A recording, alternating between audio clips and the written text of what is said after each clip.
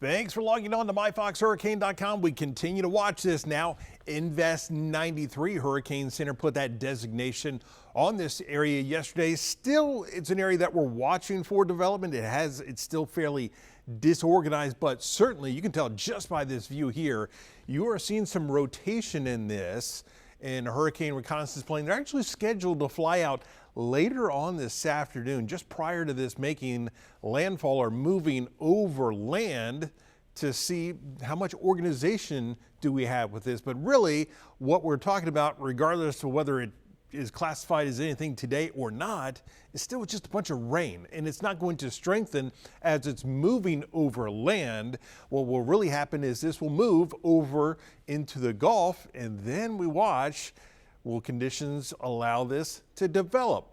Now, there's a lot of obstacles in the way, but there's also warm water. There's a lot of things that could help produce another tropical system as we go through the next several days here. So certainly something that we're going to be watching. So here's that visible satellite loop, and pretty interesting to see. You see this little spin right there. That's actually more of a mid-level spin. The actual lower level spin is down in this area here. We can really tell that by radar.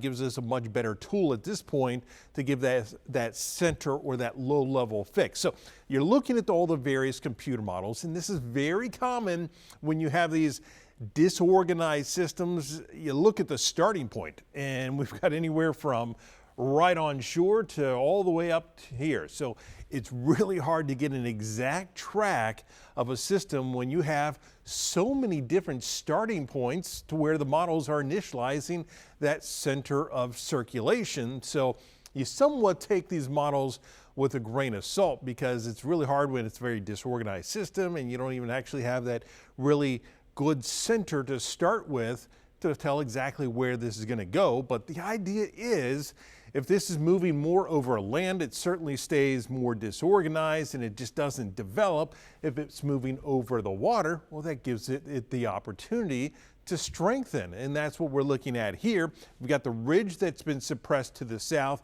A more northerly track keeps the storm weak. In fact, if it's over land, it doesn't develop at all. It will just rain itself out. It will continue to be quite a bit of rain, but we won't see a strengthening system. Something a bit more southerly allows the system to feed off of the warm waters, allows more time for the system to develop, and then we could be talking about the tropical storm. Certainly at this point, not thinking hurricane, but you never know. It's one of those things we watch, but at this point, all indications are this is a tropical depression or a tropical storm at best. But still, we've seen this tropical depression, tropical storm. They can dump a lot of rain and cause a lot of issues as well, especially if they're slow moving. So here we're looking at the European AI and the GFS, and you're still looking at a fairly weak system as we head through tomorrow, but it's in the Gulf. So we have that opportunity for this system to strengthen. So far, computer models have really been struggling with this. As we get more information plugged into the models from the hurricane reconnaissance plane, hopefully that will help to give us a little bit better information that we can plug into these models and kind of refine what we're seeing. But then working its way over towards, say, Louisiana, somewhere over towards Mississippi or Alabama. Here you see somewhat of a center right on that southeastern coast of Louisiana as we head into Thursday evening,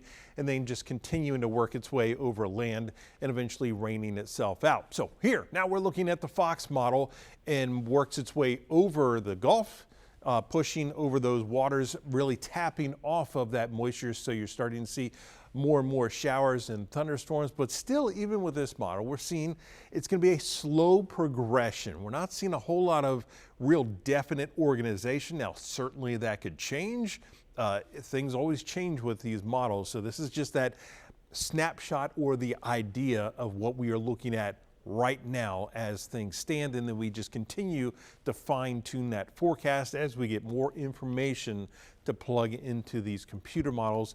And then here the Fox model basically taking it right along the coastline, maybe a little bit further west than those other models were indicating, which would also allow maybe a little bit more strengthening if it stays over water a little bit longer, but still bringing some very heavy rains along that southern coast of Louisiana. And that's where you see some of the heaviest rainfall accumulations. The south and the southwestern corner of Louisiana. For us, over the next several days, we're still talking that 2 to 4 inches of rain, so we still have that potential of additional flooding. We saw some of that flooding, some significant flooding in eastern Hillsborough County yesterday. Some of these areas in eastern Hillsborough picking up 9 to 10 inches of rain just with those bands that were working their way through yesterday. So we still have that potential for more of that excessive rain again for today, causing some of that localized flooding into Wednesday and Thursday as well.